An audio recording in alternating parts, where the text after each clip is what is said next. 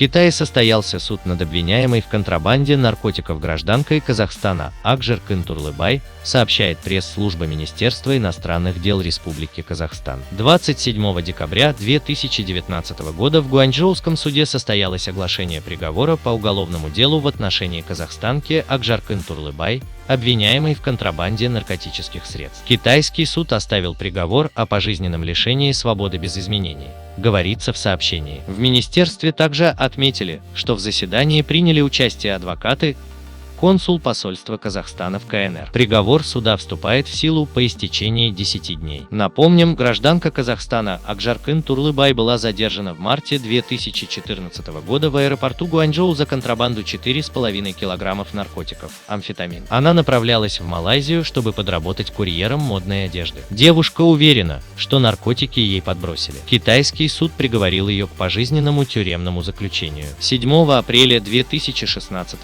года суд апелляционной инстанции постановил отменить пожизненный приговор Акжаркын Турлыбай и направить дело на новое рассмотрение в суд первой инстанции. 2 ноября 2016 года в суде первой инстанции города Гуанчжоу провинции Гуандун КНР проведено повторное рассмотрение дела Акжаркын Турлыбай.